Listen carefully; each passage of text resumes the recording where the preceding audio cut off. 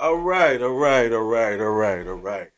done put this thing off for too long. I don't have my backdrop set up like I want it. I don't have everything set up, as far as, my electronics like I want it.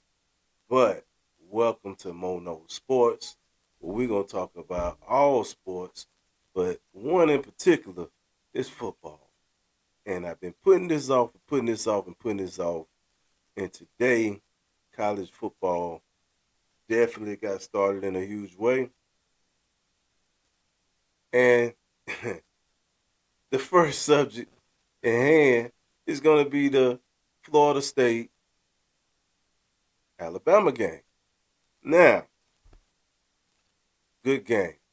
I predicted that, this game would be close. I thought that Florida State would lose. I actually was at a company dinner last night and I predicted the score would be 24-20. But to my surprise, upon watching the first drive, I said to myself, I said, man, Alabama look like they're gonna punish Florida State pretty good with the line up front with the running game. That first drive was just, if you watch a boxing, it was kind of like Miguel Cotto in the early 2000s, man. Just body blows, body blows, body blows. Uh, Slow, methodical, powerful, a power running game.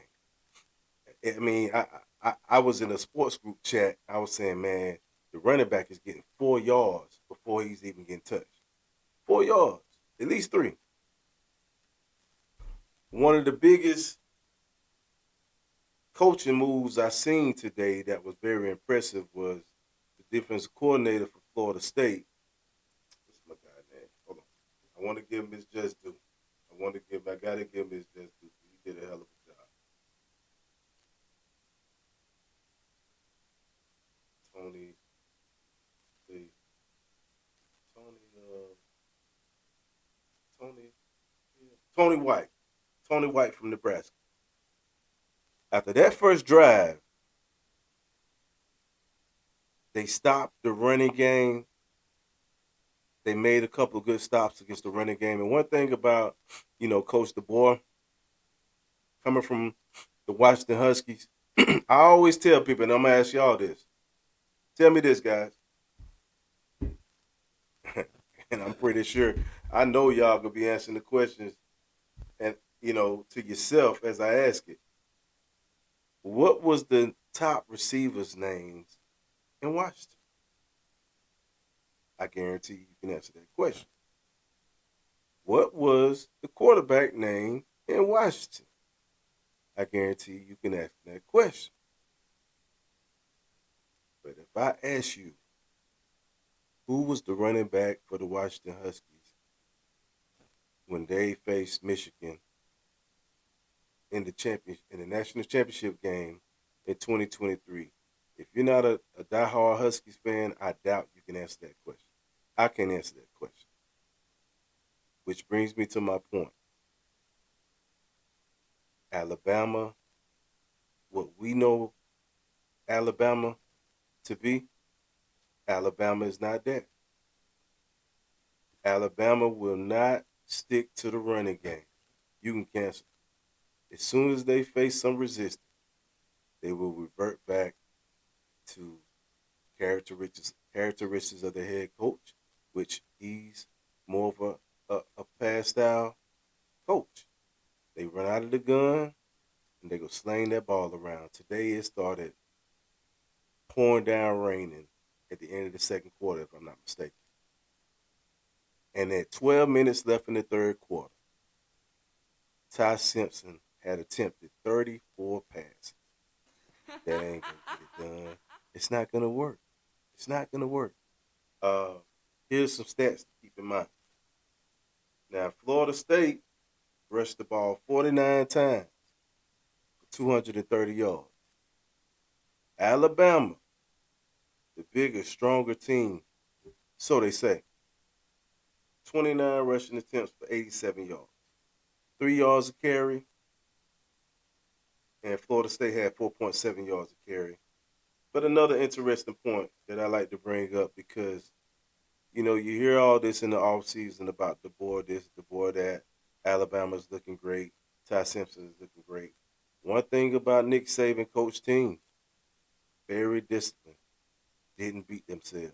Now I will say this: Alabama didn't turn over the ball today, which was impressive in a game that was rainy and wet. But they did get those penalties that they got last year. We're talking about 8 penalties for 70 yards versus 4 for 40. And Florida State turned the ball over on a muff punt, but to no avail. I knew when they started going for those fourth down. I tell you what, man. Again, that Tony White did a hell of a job making the adjustments on defense. They was flying around, getting Ty Simpson off of his point, and that's another thing. I never was convinced about Ty Simpson because he couldn't, he couldn't, he couldn't take Jalen Milroe's position. Now, and Jalen Milroe started the year last year as a Heisman candidate, but let's all be real. Jalen Milroe is an average passer at best. He has a deep ball, which the easiest ball to throw, if you have an arm, is a deep ball. It's the easiest ball to throw. The toughest passes to throw, the passes that define quarterbacks, timing passes, slants, curls, hitches, digs, timing routes, anticipation. He has none of that. I'm not talking bad against because he's a outstanding athlete, but he's not a passing quarterback, and definitely not a quarterback that will work in the Bohr system. And when Ty Simpson couldn't upstage that, and he's supposed to be a good passer, I knew Alabama would be in trouble this year. I actually made a wage with a good buddy of mine that Alabama wouldn't win 9 games or would not show their faces in Atlanta unless it's on a personal trip. They will not be going to the SEC championship. But to go back to my point, Alabama doesn't have a running identity as they did in the past. They're not disciplined on defense. And here you go, starting the year off on 1 against FSU. And where do they go from here? Well, let's look at the schedule. Let's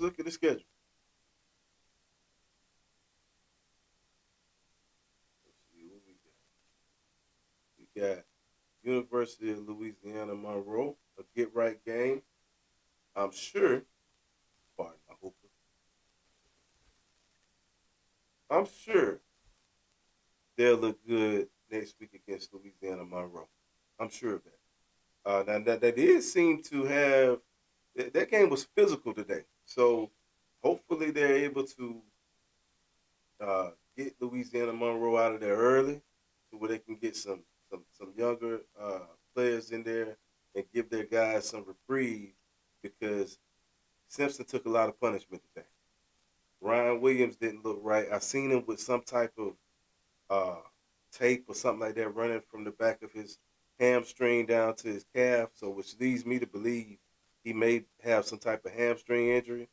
I believe Horton, the transfer from Miami, uh, was nicked up. He didn't play much, but I will say this: that receiver Bernard played a hell of a job. He kept them in the game single handed. I mean, if it wasn't for him, eh, man, they may not have scored more than 7 points. Uh, but again, they play Louisiana Monroe next. They'll win that game. Then they got Wisconsin at home. I haven't watched Wisconsin, so I mean, you know, I'm just saying, I'm just talking off of what I know of Wisconsin to be at this time, talent wise. I don't think Wisconsin will beat Alabama, but September 27th, they cross them state lines and go to Athens, Georgia. I think you know what that means. That's an L.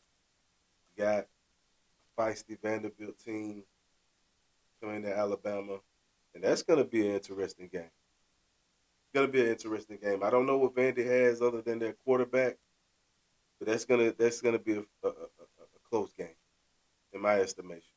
Then they play Missouri. I don't know much about Missouri. I'm just being honest. You got a lot of college teams, and it's a few teams that I watch.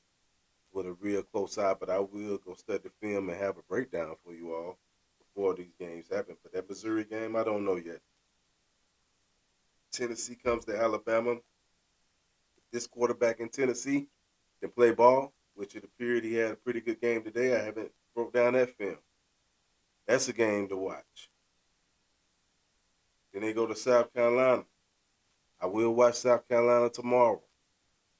And if South Carolina is 80% of what they was last year, they'll win. And then November 8th, LSU, they'll win. Oklahoma comes to Alabama. It's going to be an interesting game. I haven't did my homework on them yet, but I wouldn't be surprised. And then you got Eastern Illinois, and then you got the Iron Bowl, Alabama versus Auburn, in Auburn, November 29th. And I guarantee you, Auburn will beat Alabama. And at that point, it won't be an upset. I don't even know if Alabama will be ranked in the top 25 at the time. Just being honest with you. Maybe in the top 25. Definitely won't be in the top 15. But we'll see. Florida State, on the other hand, the near future is very bright. I mean, Gus was doing his thing today, wasn't he? I mean, the splash plays. That's what was the most impressive about Gus. And I knew, me being from Alabama, me being an Auburn fan, I'm not shy to say that. Me being a Florida State fan, I'm not shy to say that. But I knew that, and it's only going to get better with time. I knew that Florida State, Tommy Castellano, or however you pronounce his name, I call him TC. TC, I knew he would look outstanding. He would have a great year as long as he's able to stay healthy in this Gus Malzahn offense, because if you thought Nick Marshall looked good and Nick Marshall was a hell of an athlete, TC is a better quarterback. TC is going to, once he get this offense all the way down pat, it is going to be dangerous out here. I mean, and you got running backs. You about 3 deep in that backfield of running backs that can get that job done. But Roydell Williams, Sawchuck from Oklahoma, the freshman, number 32. I can't pronounce his name, but man, that boy there, he's gonna be real impressive this year. I mean, that Lucas, number 12. That boy was quick as lightning. He looks about as fast as Squirrel White. Squirrel White's gonna take the top off. You got Deuce that's gonna be the possession receiver and be a red zone threat. Got a nice tight end right there in Pittman. The offensive line looked good. I mean, they had no problem getting the 4th and 1s against Alabama. And like I said, all season, I'm listening to On 3 talk. I'm listening to these other Cover 3. I'm listening to all these different podcast talk about how great this Bama defense was going to be, how physical they're going to be. They were lining up, pushing Alabama off the ball. Let's just keep it real. So, Florida State, hey, I just watched Clemson lose to LSU, and I predicted that. You know, once I learned how to work all these electronics in here as far as these graphics and things, you're gonna grow. We're gonna grow together. If I learn how to work that, I'll be showing y'all different stuff. I got my tickets. I did win my wage on LSU tonight. I played them at halftime. I was watching that game. I knew if LSU didn't beat themselves, they were gonna beat Clemson. So with the way Clemson, and this is the first game, we're not gonna overreact to everything because teams are gonna get better chemistry as the season goes on. But I will say, as of the day, Florida State would be in contention for this ACC if they're able to stay healthy. You can bet your dollar on that. It's only gonna get better. That Tony White is a hell of a defensive coordinator. Of course, you got Pat Surtain doing his thing down there as well, which he played ball with my brother at Southern Mississippi in Hattiesburg. So it's gonna be good, man. Let's see what Florida State has on deck. Got East Texas A&M next. Got Kent State next. So it's safe to say. Then we got Virginia. So it's safe to say it's gonna be 4-0 going into the game against Miami Hurricanes in Doak Campbell. And with that in mind, I wasn't gonna do all this in the first video, but let's just just breeze into the Notre Dame Miami game, shall we? Now, I've been listening to a lot of talk about Miami.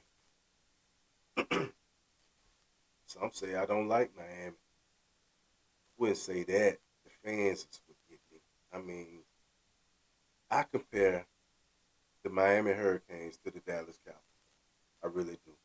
I mean, it's been about the equal amount of time since both have been a real player in the postseason.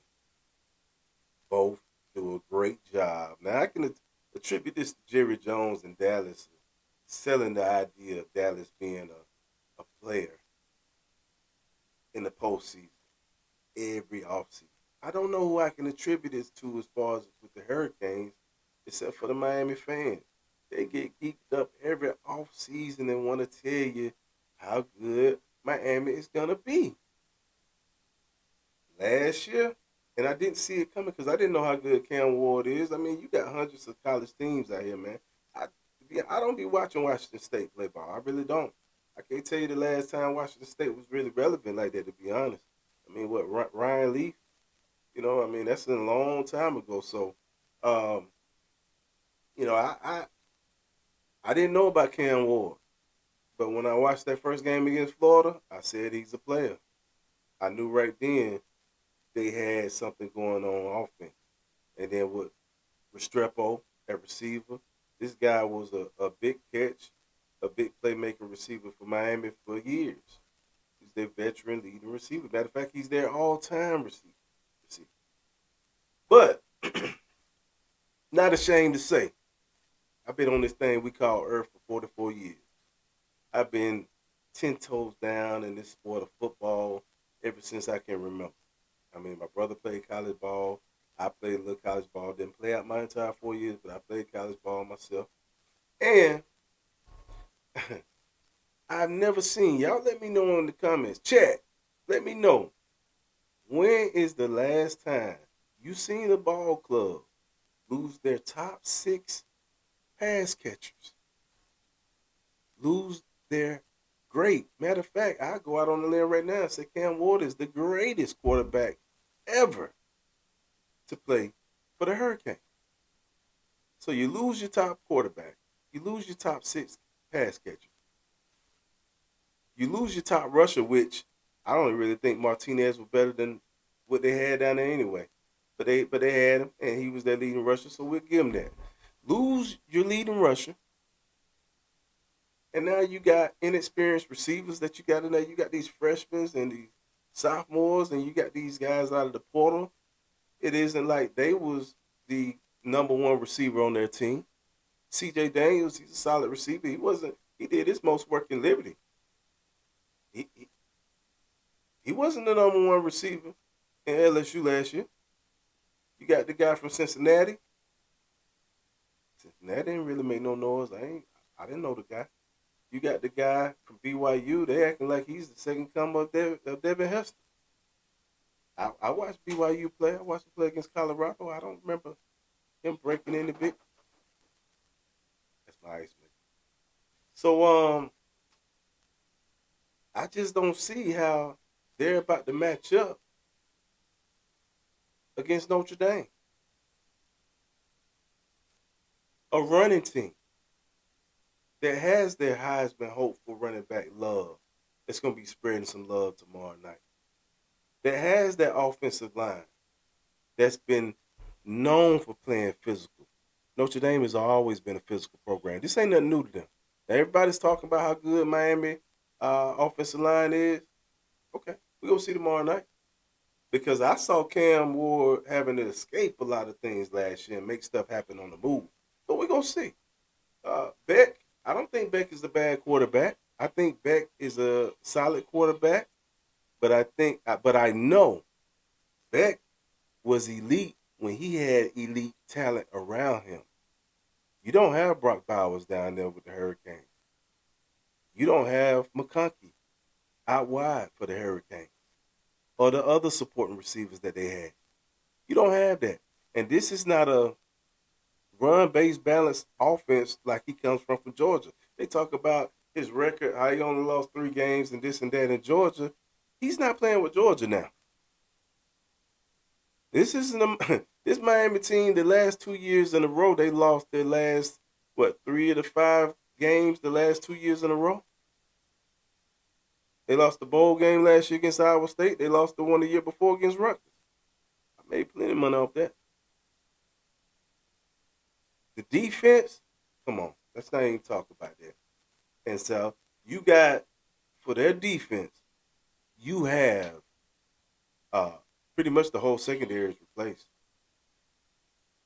The entire secondary has been replaced. We're gonna see how quick that gels together. You got the front seven. That I've been hearing about Hurricane Bane for the longest. I didn't see, and they said he was hurt last year, so hopefully he's healthy this year. We're gonna see what's up with Hurricane Bane. He probably is good. Miami has never been short on talent, but the head coach Mario, he can't win the big. And you talk about the 10-win Miami team last year. They was favored in every game. This is the one team they played in I don't know how many years, maybe 2, maybe longer than that. They don't outmatch this team player for player. Notre Dame has the better receiver. Notre Dame has the better offensive line. Notre Dame has the better uh, running back room. Notre Dame has defensive line. That's a question mark. Notre Dame has the better linebackers, and Notre Dame definitely has the better secondary. And for damn sure, Notre Dame got the better coach. So, with that being said, my prediction in that game, man, give me Notre Dame. It wouldn't be surprised if it's the same score as today. Give me Notre Dame 31-17. And and man, they may score that 17. They might get an extra 7 points in the fourth quarter. Empty calorie. Game over. They're not going to be able to match up with Notre Dame. Don't let them fool you. I looked at the odds tonight. It's just not tipping up to 3. Wouldn't surprise me if it's at 3.5 before kickoff. And those odds are definitely wrong. If that game was in it was in up there in South Bend, Indiana, and Notre Dame, they probably be favored at least 7.5. And you tell me, what has Miami done to earn the top 10 team in the nation? Where do they come with these preseason rankings at? They lost the last 3 out of their last 5 games they lost last year. They got beat by Georgia Tech. Georgia Tech, starting quarterback Haynes King, he was hurt. He couldn't throw. When he came in the game, it was obvious he wasn't going to pass. He ran. And when they was going to pass the ball, they had the backup in there, and he threw for like 60 yards? And they won the game. Then Syracuse. You up on Syracuse 21 points. They talking about this offensive line. They saying how good they'll be able to run the ball. Watch how quick they get discouraged from running the ball tomorrow, just as Alabama did today, because the Shannon Dawson, good passing offensive coordinator, they don't change their colors. They don't change their stripes. As soon as Notre Dame start filling them holes, they go revert to passing. And unfortunately, hey, Beck surrounding talent isn't the same surrounding talent that Cam Ward had. And I want you to look at the stats, Miami fans, or just college football fans, period. You want to know who stats Carson Beck looks just alike? If we were just to cover up the names and put their stats on a sheet of paper, you know who his stats is identical to? TVD, baby. Van Dyke. Tyler Van Dyke.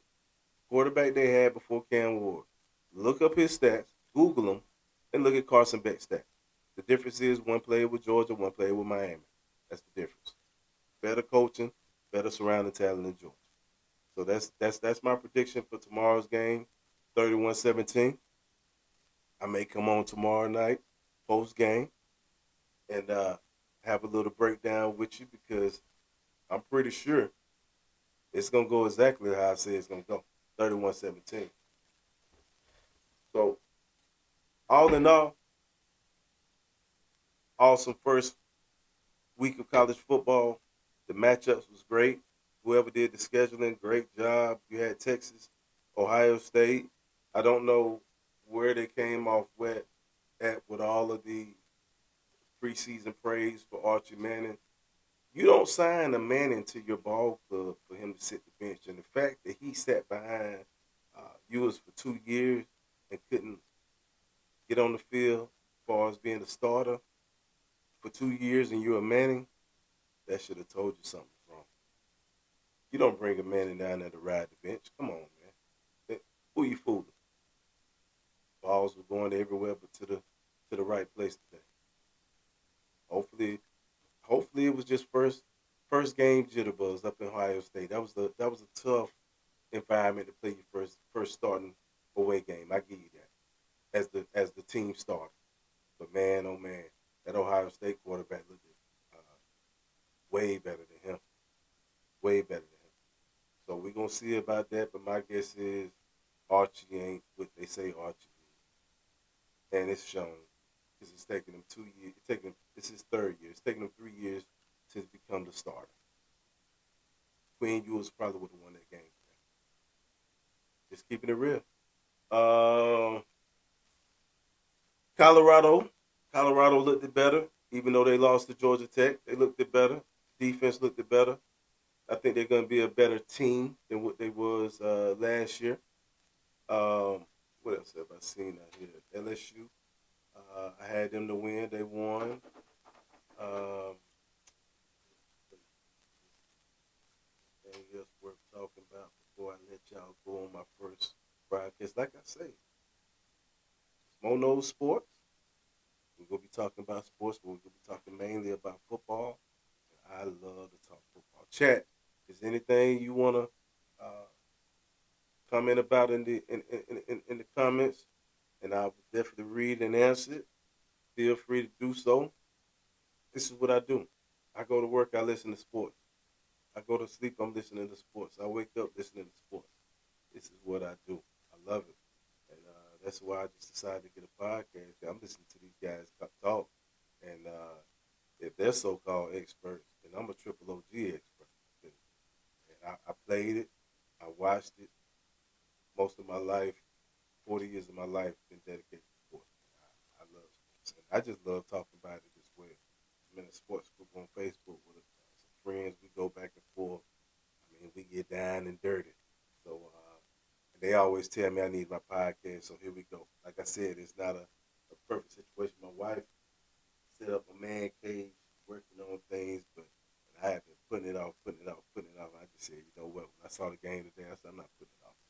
We just gonna go ahead and start posting these vids. We're gonna get the wheels started now.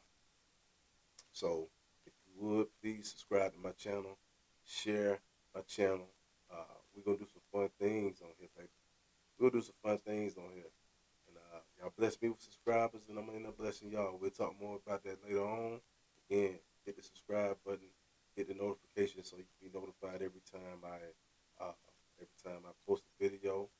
Hopefully I'll be going live soon. We can do some phone calls and chat back and forth from all with that. Shout out to some of these podcasts that I'll be watching, man. I watch On 3. Coach Hayes is my man, and I'm not even a Miami fan, but I love Coach Hayes. I love watching him. I watch Coop. Coop is funny. Coach Coop, he's a Miami guy. I watch Locked on Canes. I watch Double Fries, No Slaw. Florida State. It's another guy I watch from Florida State. I forget his name. Don't charge it to my heart, my man. I will get your name out next time. I watch a lot of City Nash, and I watch a lot of Hood Educate. So, all these people inspire me to just come on and just let my voice be heard. And I love talking sports, and this is what we're going to do. Again, subscribe to my channel. Subscribe to my channel. Click the notification button. Be notified. Hit the like button. And get in the chat. All right? It's the first one. It's the first of many. Come grow with me. I'll grow with you. And we're going to let it do what it do. Probably talk to y'all tomorrow. Y'all have a great night. And I'm about to film these highlights and a little bit of this hoop.